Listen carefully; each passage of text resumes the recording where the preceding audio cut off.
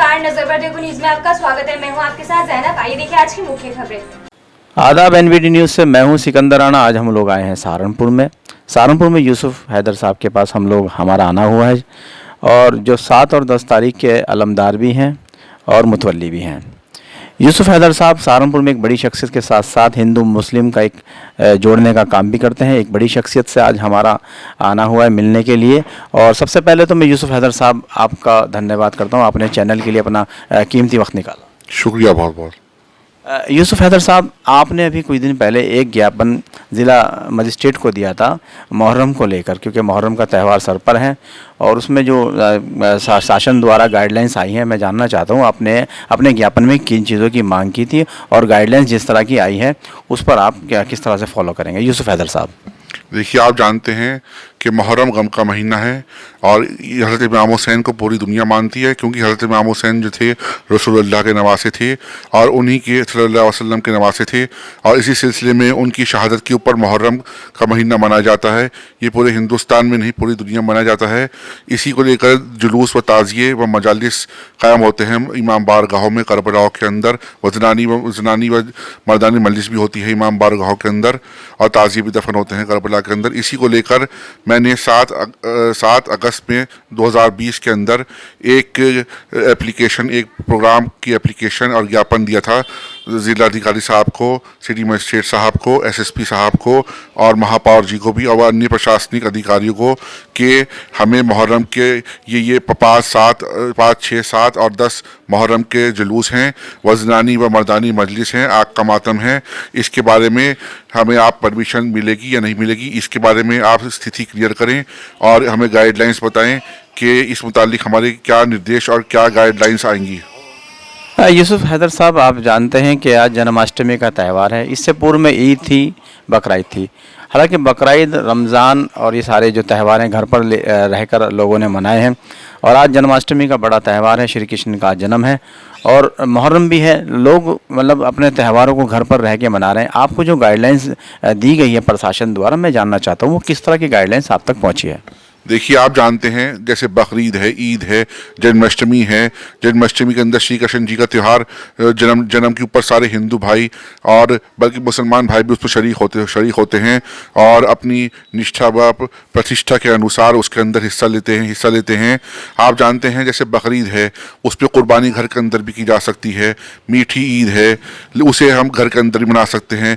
लेकिन ये मुहर्रम का जो त्यौहार, मुहर्रम का जो महीना है, इसमें जो जुलूस निकलते हैं वो ज़्यादातर सड़कों पर निकलते हैं और कम से कम वक्फा 2 से 4 घंटे का, 6 घंटे का एक जुलूस का रहता है। तो हमें सोशल डिस्टेंसिंग का भी पालन करना था और हमें सैनिटाइजर्स और हमें मास्क वगैरह का भी पालन करना था। वो इससे पहले आप जानते हैं कोविड-19 एक बहुत बड़ी बीमारी है। इसने लाखों लोगों, करोड़ों लोगों को अपने चपेट में ले लिया है। तो इसी को लेते हुए जो गाइडलाइंस आई हैं उसमें साफ साफ दिया गया है कि ना तो गणेश चतुर्थी, ना जन्माष्टमी और ना ही मुहर्रम के अंदर ताज़िया व जुलूस बरामद होंगे। और बड़ी सादगी से ये त्यौहार जो है, मुहर्रम का जो महीना जो है, वो हमें गम से मनाना है। यूसुफ हैदर साहब, बहुत अच्छी बात आपने बताई, लेकिन अभी आपने एक जिक्र किया जुलूस का। तो आप देख रहे हैं कोविड-19 है, कोरोना जैसी महामारी देश में है और सहारनपुर ज़िला बहुत ज़्यादा सेंसिटिव है इस बीमारी को लेकर। लोग एक दूसरे के संपर्क में आ रहे हैं और संक्रमित हो रहे हैं। मेरा आपसे एक छोटा सा सवाल है, आपने अभी जुलूस का जिक्र किया। जुलूस में तो गैदरिंग होती है। अच्छा, जुलूस ना हो के कोई दूसरी शक्ल हो सकती है मुहर्रम की? कोई ऐसा रास्ता अख्तियार किया जा सकता है जिससे मुहर्रम भी मनाया जा सके और भीड़ भी बिल्कुल ना हो? देखिए, आप जानते हैं कि कोविड-19 एक बहुत बड़ी महामारी है और इसमें अब दफ़ा 144 भी लगा दी गई है डिस्ट्रिक्ट मजिस्ट्रेट साहब द्वारा। तो इस पर जुलूस निकाल पाना तो बहुत ही मुश्किल बल्कि नामुमकिन वाली बात है। और हमें जो भी डिस्ट्रिक्ट मजिस्ट्रेट साहब की तरफ से और आदरणीय योगी आदित्यनाथ की तरफ से जो गाइडलाइंस आई, होम मिनिस्ट्री की तरफ से जो गाइडलाइंस आई हैं, हमें उनका पालन करना है। आप मुझसे पूछ रहे थे कि क्या और भी तरीका है इसका। तो हमारे जो धर्मगुरु हैं, हमारे आयतुल्लाह साहब जो हैं सिस्तानी साहब, ईरान से, उन्होंने एक गाइडलाइन और शिया सेंट्रल वक्फ बोर्ड ने भी गाइडलाइन भेजी है कि आप घर में मजालिस कर सकते हैं, घर में आप तबरुक तकसीम कर सकते हैं। वो तबरुक पैक्ड हो, वो तबरुक खुला बना हो, और सैनिटाइज़र, मास्क और सोशल डिस्टेंसिंग कर आप सोशल मीडिया के ज़रिए जैसे व्हाट्सएप, फेसबुक, ट्विटर के ज़रिए, इसमें अब आजकल बहुत एडवांस टेक्निक चल गई हैं, इसके ज़रिए आप अपनी मजालिस, अपने गम को एक दूसरे से अंदर शरीक कर सकते हैं। लेकिन जहाँ तक जुलूसों की बात है, जुलूस पे कम अज़ कम मिनिमम 5,000 से लेकर 50,000 तक का मजमा होता है। 5, 7 और 10 तारीख के जुलूस पे तो 40 से 50,000 तक का मजमा होता है। हमें अपना ही नहीं, हमें एक चीज़ याद रखनी है, जान है तो जहान है, जान है तो जहान है। और हम अगले साल भी इसको मना सकते हैं। लेकिन कोविड-19 को देखते हुए और दफ़ा 144 को देखते हुए जुलूस निकाल पाना, और जैसे सरकार की गाइडलाइंस हैं हम उस पर अमल करते हैं, हम उनका पालन करते हैं, और जो हमारे दिशा निर्देश आए हैं वो करते हैं, तो बेहतर यही होगा कि जो आयतुल्लाह सिस्तानी साहब का और जो शिया सेंट्रल वक्फ बोर्ड की तरफ से, पर्सनल बोर्ड की तरफ से गाइडलाइंस आई हैं, वो यूट्यूब पर अवेलेबल हैं।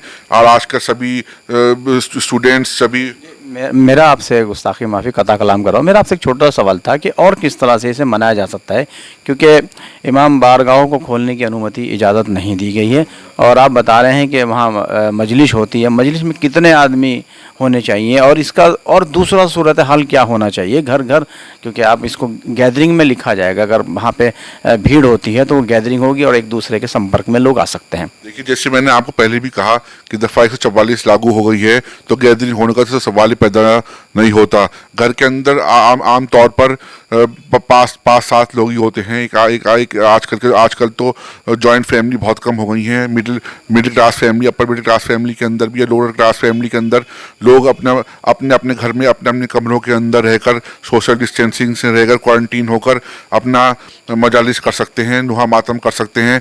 और उसे फेसबुक के ज़रिए, फेसबुक लाइव पर, व्हाट्सएप लाइव पर, ट्विटर लाइव पर, व अन्य कई तरह की सोशल साइट्स हैं, उनके अंदर आप आजकल तो, पहले तो टेलीग्राम और ख़त होते थे जिन्हें पहुँचने में महीनों लग जाते थे, अब तो 1 सेकंड के अंदर आप यहाँ से अमेरिका भी बात कर सकते हैं। तो अच्छा, मैं आपसे पूछना चाहता हूँ कि क्या चाहते हैं आप चैनल के माध्यम से, हुकूमत के लिए क्या पैगाम देना चाहते हैं? देखिए, हुकूमत के लिए यही कह सकते हैं कि हुकूमत भी इस टाइम मजबूर थी, क्योंकि सिर्फ हिंदुस्तान में ही नहीं और पूरी दुनिया के अंदर, अमेरिका जितना बड़ा देश जिसकी टेक्नोलॉजी इतनी एडवांस है, रशिया, इंग्लैंड, वो भी बेबस हैं, ऑस्ट्रेलिया भी बेबस है। हिंदुस्तान के अंदर भी लॉकडाउन कराया जा रहा है, और हमारे यूपी के अंदर भी सैटरडे संडे के अंदर लॉकडाउन कराया जा रहा है। तो जो भी डॉक्टर्स की टीम है, और जो भी और साइंटिस्ट हैं, और जो भी इन महकमों से जुड़े हुए हैं, जो भी उन्होंने राय रखी होगी, और जो भी पिछले 23 मार्च से चल रही हैं, घटनाक्रम चलता आ रहा है, उसको देखते हुए ही ये दिशा निर्देश और गाइडलाइंस दी गई हैं कि मुहर्रम बहुत सादगी से मनाया जाए, और मुहर्रम के जुलूस और ताज़िए व गणेश चतुर्थी व जन्माष्टमी के जुलूस नहीं निकाले जाएंगे। बहुत बहुत शुक्रिया हमसे बात करने के लिए। ये थे यूसुफ हैदर साहब अलमदार, जो बता रहे थे कि जो गाइडलाइंस हमें दी गई है हमें उसका पूरी तरह पालन करना है, और सोग मनाने के और भी बहुत सारे इन्होंने तरीके बताए हैं। इन्होंने कहा है कि आप अपने घर पर बैठकर 4 आदमी या 5 आदमी, जितनी घर की फैमिली है, आप सोग मना सकते हैं। आपको अपना प्रोग्राम करने का पूरा अधिकार है, क्योंकि गैदरिंग ना हो, गैदरिंग के लिए अलमदार साहब मना कर रहे हैं कि गैदरिंग बिल्कुल ना हो, और शांतिपूर्वक आप अपना प्रोग्राम कर सकते हैं। बाकी सरकार की गाइडलाइंस पे पूरा अमल करने की इनकी पूरी कोशिश रहेगी। कैमरामैन सलीम अहमद के साथ सिकंदर राणा, NVD न्यूज़ सहारनपुर।